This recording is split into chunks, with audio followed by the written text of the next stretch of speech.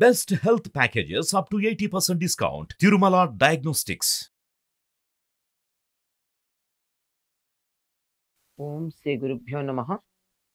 శ్రీ మహాగణాధిపతయ నమః. శ్రీమాత్రే నమః.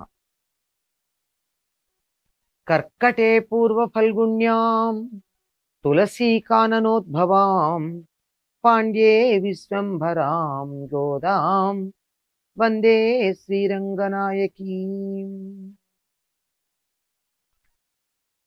నీళాతుంగస్తనగిరితటీ సుప్తముద్బోధ్య కృష్ణం పారార్జ్యం స్వం శృతిశతశిరసిద్ధమధ్యాపయంతి స్వోచ్ఛిష్టాయాం సృజినిగళితం యా బలాత్కృత్య భుంక్తే గోదా తస్యై నమయిదమిదం భూయ ఏవాస్తు భూయః.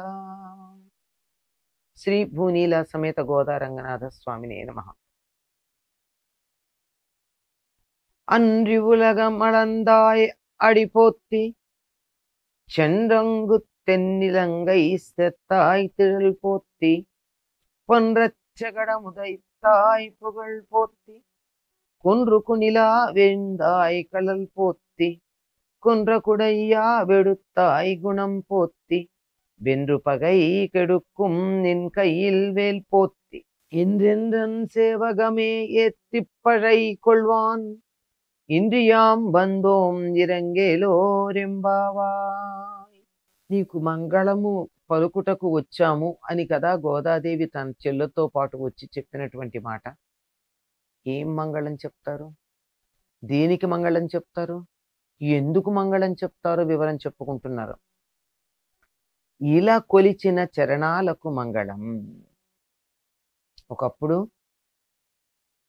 బలి చక్రవర్తిని అనుగ్రహించటం కోసం అతడి నుండి స్వర్గాన్ని తీసుకుని ఇంద్రుడికిచ్చి ఆ కార్యక్రమం కోసం 3 అడుగులు దానం అడిగిన సందర్భంలో భూమినంతా ఒక పాదంతో కొలిచినటువంటి పాదం ఉంది. ఆ పాదానికి, దివ్య పాదాలకి నమస్కారం. భూమినంతా ఒక్క పాదంతో కొలిచినటువంటి పాదాలవి, వాటికి నమస్కారం. అలాగే శకటాసురుణ్ణి కాలితో అలా ఎగరగొట్టినటువంటి పాదం ఉంది, ఆ పాదానికి నమస్కారం. బండి చక్రం రూపంలో వచ్చి తల్లి దగ్గర పాలు తాగుతూ ఉంటే మీదకొస్తూ ఉంటే పాలు తాగుతూనే పిల్లలు కాళ్ళు చేతులు ఖాళీగా ఉండవు కదా, ఏదో పని చేస్తారు, అట్లా కాలు అలా విసిరాడు. కాలు అలా విసిరితే ఆ చక్రం కొట్టుకుని వెళ్ళి ఎక్కడో పడింది, ప్రాణం పోయింది. అలా కాలితో ఎగరగొట్టినటువంటి పాదానికి, ఆ బలిష్టమైనటువంటి ఆ పాదానికి మంగళం. లంకను కూల్చినటువంటి పాదాలకి మంగళం.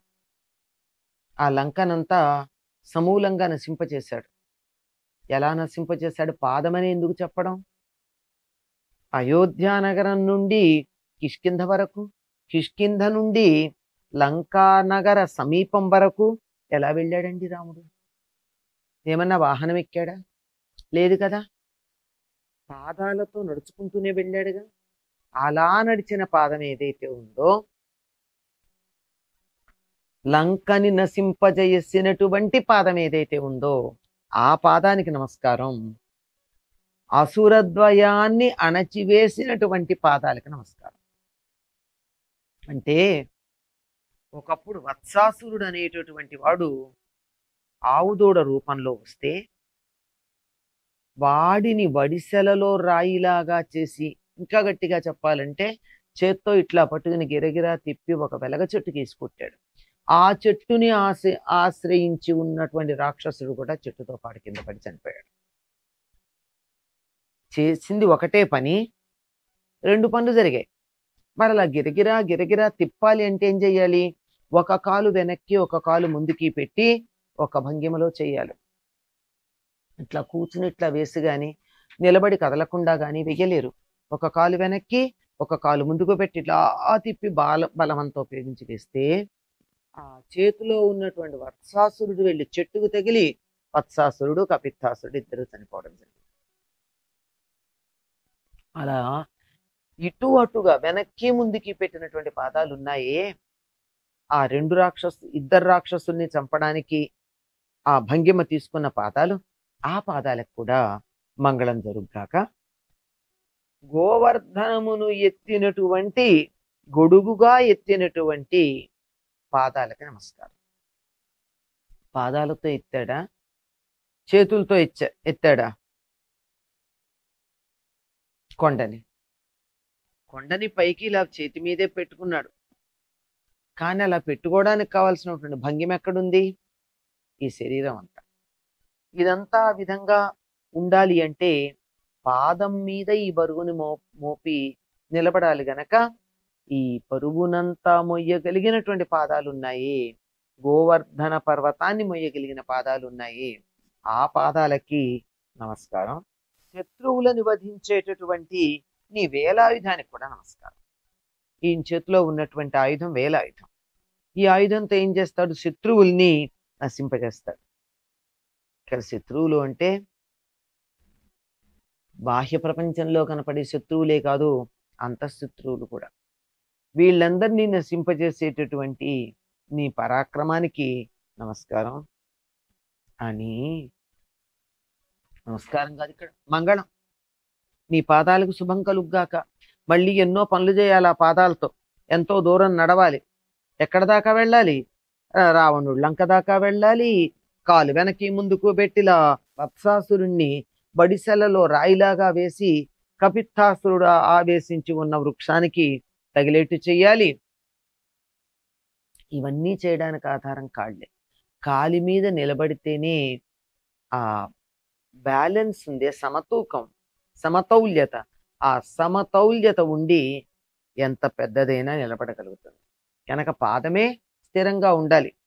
అటువంటి పాదం ఏదైతే ఉందో ఆ పాదం యొక్క గొప్పతనాన్ని తెలియచెప్పే నీ వీరగాథలన్నీ మేము పాడతాం. అంతమందికి తెలియజేస్తాం నువ్వెంత గొప్పవాడివో. మరి నీ వీరగాథలు తెలియజేయాలి మేము అంటే పాటలు పాడాలి కదా. పాటలు పాడాలంటే దానికి వాద్య సహకారం ఉండాలి కదా. ఈ పర అన్న ఆయుధం ఇస్తే మేము చేసే పని ఏమిటంటే ముందు దీని గురించి చెప్తాము. అందువల్ల నీ కీర్తిని తెలియజెప్తాం, నీ గుణగానాన్ని మేము చేస్తాం. ఎక్కడెక్కడి నుంచి తీసుకొచ్చారండి ఈ కథలన్నీ? వామనావతార ఘట్టం ఉంది, రామావతార ఘట్టం ఉంది, ఇంకా వరుసగా కృష్ణావతార ఘట్టం శకటాసురుడి దగ్గర నుంచి రాక్షస సంహారం అంతా చెప్పటం ఉంది. కనుక అటువంటి నీ పాదాలకి మంగళం పాడడానికి మాకు పరవసరం గనక అది తీసుకుని ఇన్ని సద్గుణాలకి కారణమైన నీ పాదాలని కీర్తించటానికి ఇక్కడికి వచ్చాము. మేము ఈ వ్రతం చేస్తే ఆ పర తీసుకుని నిన్ను కీర్తిస్తే లోకానికి మేలు కలుగుతుంది. కనుక మాకు పరని ఇవ్వు. ఇవ్వాలంటే నువ్వు ముందు బయటికి రావాలి, మాకు దర్శనం ఇవ్వాలి. ఆ పని చేయమని ప్రార్థిస్తున్నారు. స్వచ్చిష్టమాలికా బంధ గంధ బంధురజిష్ణవే విష్ణు చిత్తతనూజాయై గోదాయై నిత్యమంగళం.